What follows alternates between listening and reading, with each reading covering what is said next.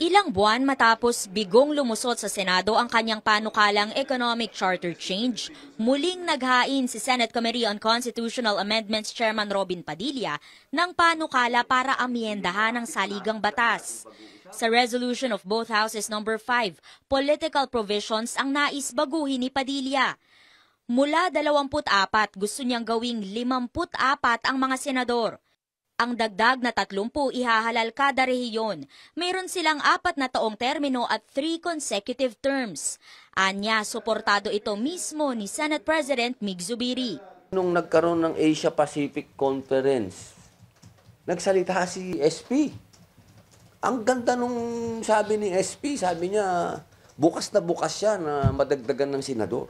Kaya gusto niya magkaroon ng maging regionalized. Kaya ako naglakas loob, sabi ko, i-file na natin yung panukala natin. Sinisikap nating kunan ng panig si Zubiri. Ang kontrobersyal na term extension nasa panukala rin ni Padilla. Mula 6 na taon, gagawing 8 taon ang termino ng mga senador. Hanggang 2 magkasunod na termino pa rin sila pwedeng umupo.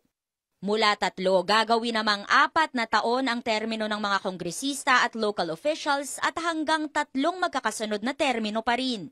Isinusulong niya rin ang tandem voting para sa President at Vice President at pagpapalawig ng kanilang termino. Sa halip na isang 6-year term lang, pwede na silang ma-re-elect pero tig-4 na taon lang ang termino.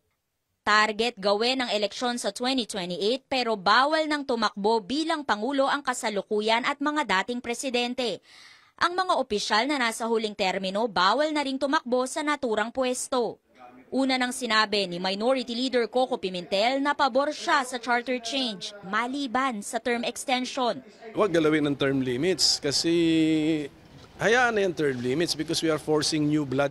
Ayon kay Padilla, matagal na niyang nililigawan si Pimentel para magkaisang muli ang kani-kanilang paksyon sa partidong PDP Laban na matagal nang nagsusulong ng federalismo.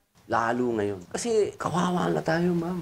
Kawawa ng Pilipinas. Pag hindi pa tayo nagkasundo-sundo kahit man lang yung mga political party, magkasundo-sundo tayo sa charter change, kailan pa tayo? Pag-aralan mo, ma'am, lahat na lang ng ginagawa natin puro band-aid.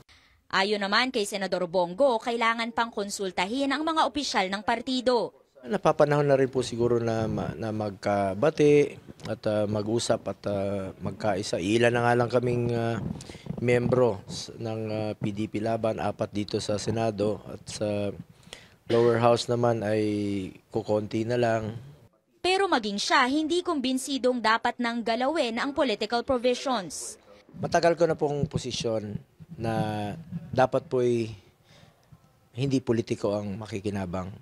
Dahil aminadong malabong magkasundo-sundo ang mga mababatas kung paano isusulong ang charter change, nakikita ni Padilla na mas posibleng lumusot ang People's Initiative. Dito, taong bayan ang magpepetisyong baguhin ang konstitusyon. Ang bilang na kailangan, 12% ng mga botante.